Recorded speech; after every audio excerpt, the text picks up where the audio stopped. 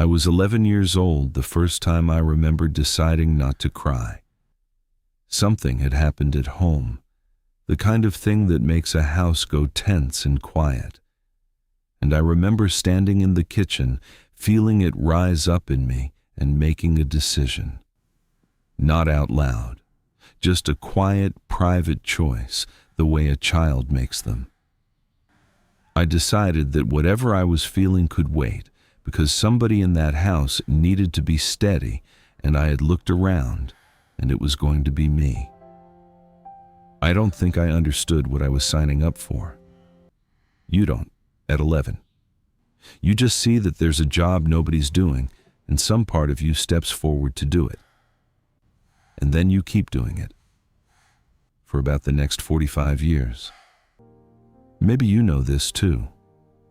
Maybe you were the one who grew up a little early, the one who couldn't afford to be the one who needed things. I'm Daniel. And for a long time, I thought being the responsible one meant I'd been cheated out of something. I don't think that anymore. But it took me most of my life to get here, and I want to tell you what I found, because I think there are a lot of us, and I think most of us have never once been asked how we're doing. So stay with me. Let me tell you how a person becomes this, because it almost never happens the way people imagine. Nobody sits a child down and assigns them the role. It's quieter than that. It's a house where the grown-ups are stretched too thin, or one of them is struggling, or there's simply more need in the room than there are people to meet it.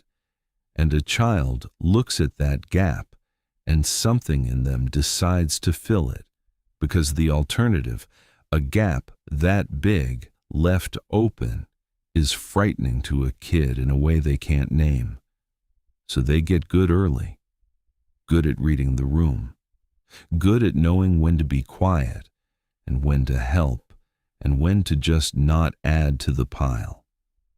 They learn to put their own needs somewhere in the back, where they won't be inconvenient, because they've understood something most children don't have to understand yet, that there isn't room for them to fall apart. And here's the thing about that. It works. That's what almost no one tells you. The responsible child is often genuinely helping. The steadiness is real, and it's needed, and it gets noticed, and the child learns that this, being the reliable one, being the one who holds, is how they earn their place, how they're loved, how they matter. And so, a role that started as a response to a hard situation slowly becomes an identity. By the time they're grown, they don't remember choosing it. It's just who they are, the dependable one, the one everyone depends on. Let me describe what that's actually like from the inside, once it's set. Because I think a lot of you are living in it right now and have never heard it said plainly. You are the one people come to. When something goes wrong, your phone is the one that rings. You're the one holding the plans, tracking the details, remembering the things everyone else gets to forget because they know you'll remember them. You are, for a great many people, the steady ground they walk on without ever thinking about the ground. And you're good at it. That's the part that traps you. You are genuinely, deeply good at taking care of everyone else, and being good at something is a hard thing to put down. But here's what happens over the years, so slowly you don't see it happening. Because you are always fine, because you have made a lifetime's art of being fine, people stop asking. Why would they ask? You're the one who's okay. You're the one who handles it. The question, how are you really, slowly stops coming in your direction, because everyone has quietly learned that you don't need it, that you're the giver of that question, not the one who receives it. And you can go a very long time, years, being surrounded by people who love you and never once being asked to put anything down. That's a specific kind of loneliness. It's not the loneliness of being alone. You're not alone. You're needed constantly. It's the loneliness of being the strong one, of being loved for your steadiness and slowly disappearing behind it. Now I have to talk about the part that's hardest to admit. And I want to go carefully here because I know how this one feels. Somewhere along the way, if you've carried long enough, a resentment starts. It's quiet at first. You notice it in small moments. Everyone leaning on you and no one noticing the weight. A day when you needed something yourself and realized with a kind of cold surprise that there was no one to ask, that you had built a whole life in which you were the one who gives and the machinery for receiving had simply never been installed. And the resentment rises.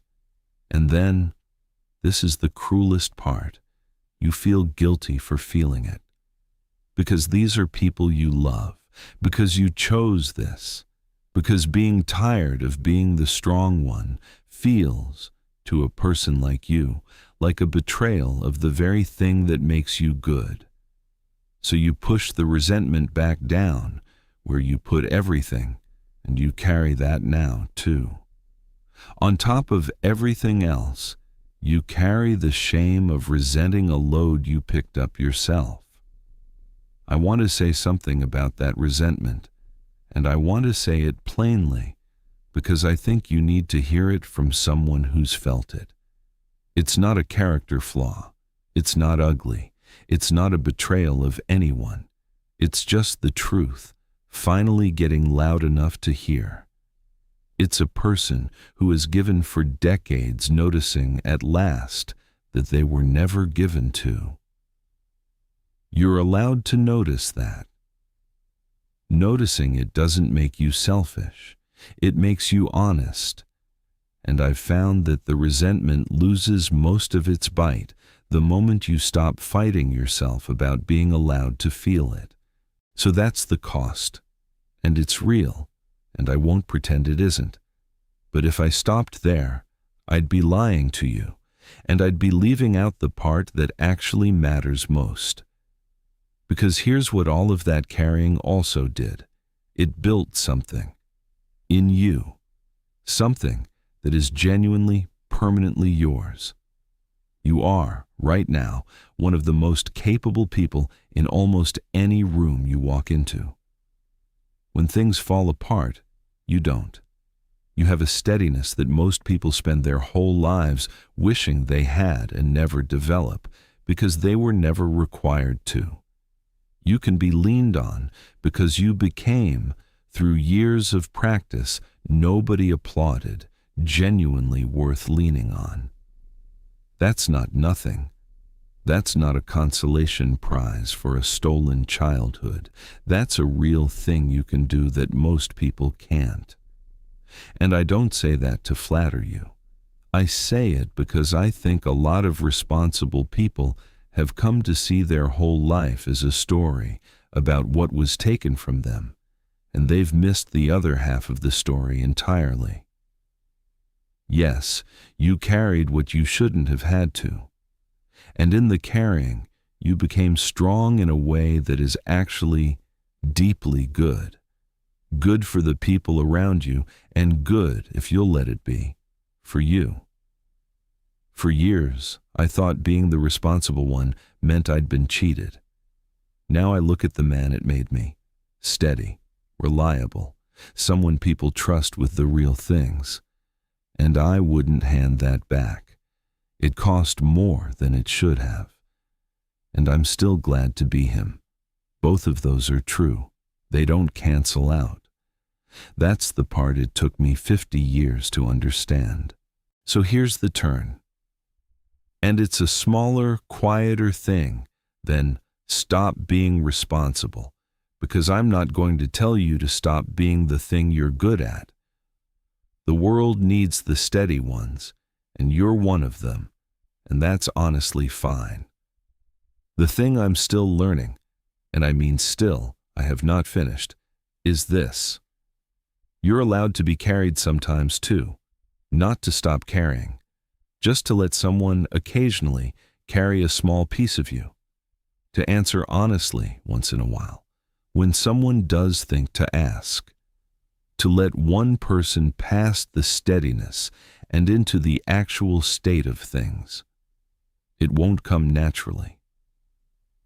You spent a lifetime building the machinery for giving and never built the part that receives, and you can't install it overnight. I certainly haven't. But you can start small.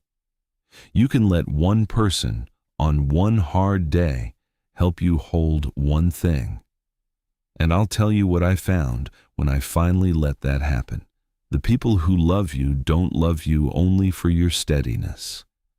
Some of them have been waiting a long time for a chance to give something back and never knew how to offer because you never once looked like you needed it. You being carried now and then is not a failure of the thing you are. It might be the last part of it you never got to have. I'll leave you with this.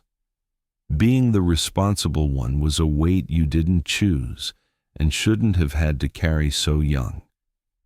And it made you into someone strong enough to carry it. Both of those are true, and you're allowed to hold them both.